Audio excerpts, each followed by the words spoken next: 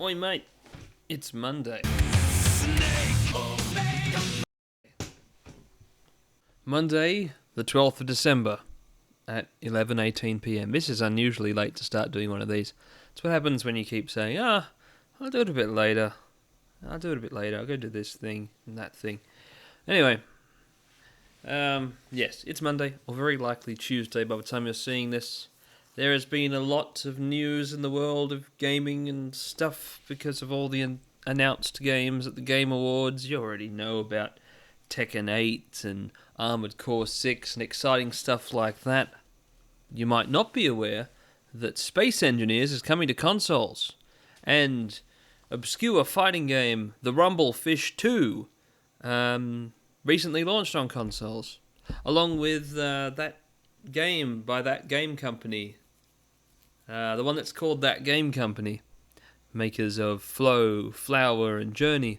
Their other game called, Sky, which launched in 2019 on iOS, and then in 2020 on Android, and then 2021 on Switch. Well, they keep on going with one more platform per year, because it just came out a couple of days ago on PS4, and it's very pretty. I played a bit. Yeah. And I'm sitting in a different chair. I finally thought I should buy a chair, so I bought a chair. The last two office chairs I had, I found on the side of the road. So this is the first one I've actually bought myself. It is very comfy.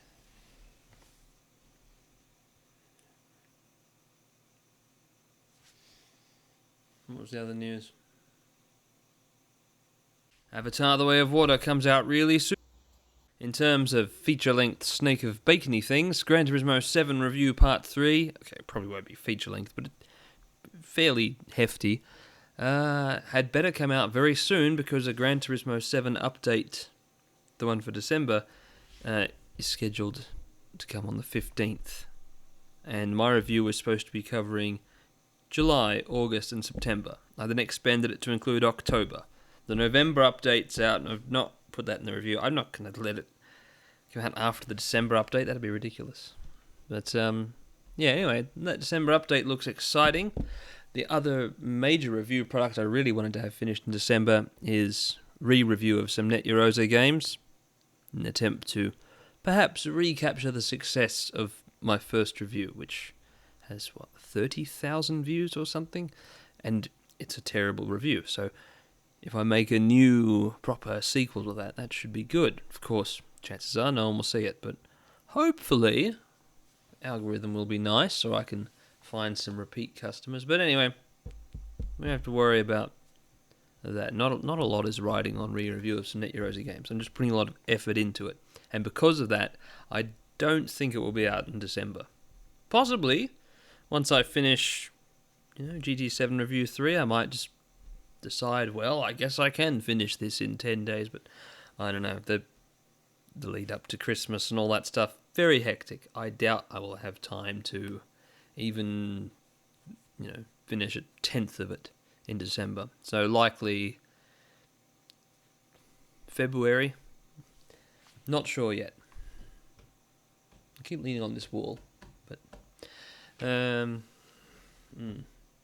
yeah, that other game announced. There's Crash Team Rumble, which looks to be something that's like Crash Bash, but not. And so because of that, and because I meant to do it in the end of 2020 for the 20th anniversary of Crash Bash, I will have another one of those long journeys. Look, they take a long while to record and to render, but they're really not too bad to edit.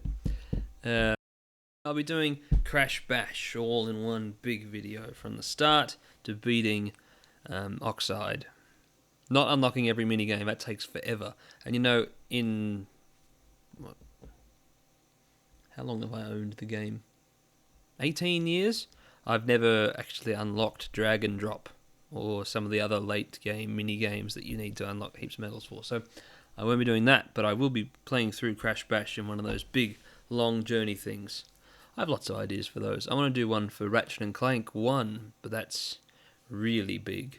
It's not a 3 or 4 hour game, it's closer to 12, so yeah.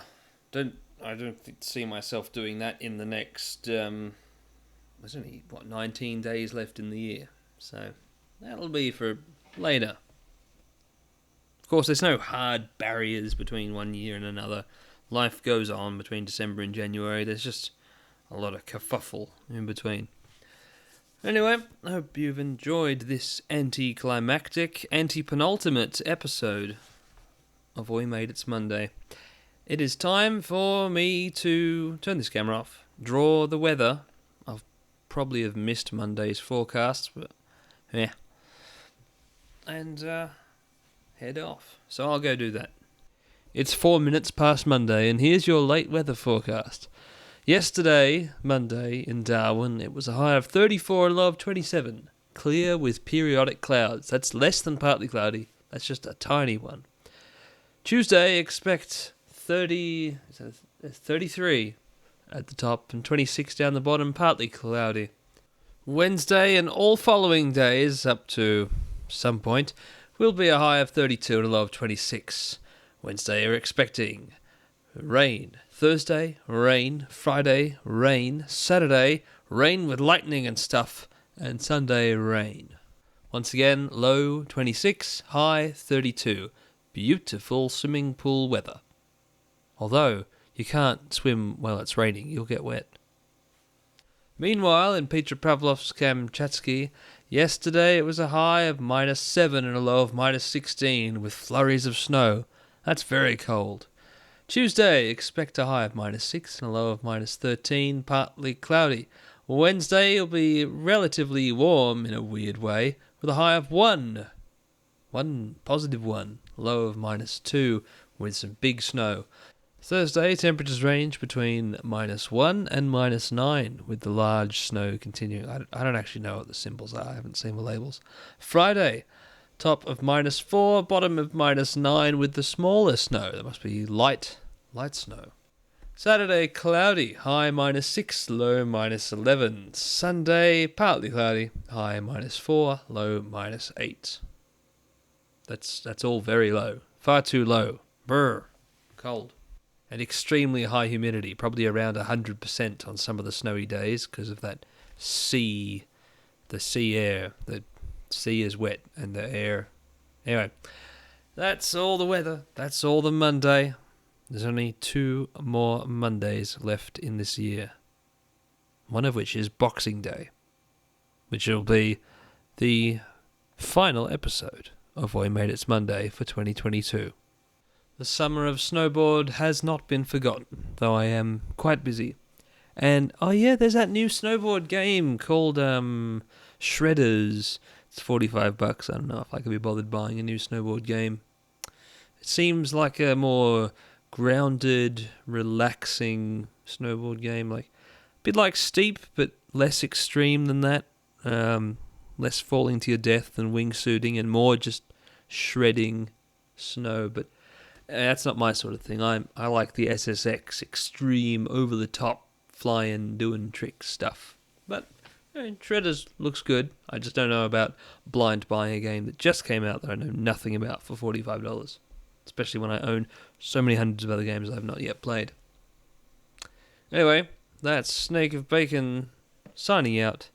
12:10 a.m. Oi mate, it's actually Tuesday, but we're not, yeah. Better plan ahead next week and certainly the week after. Alright, off I go. Snake of Bacon, signing out.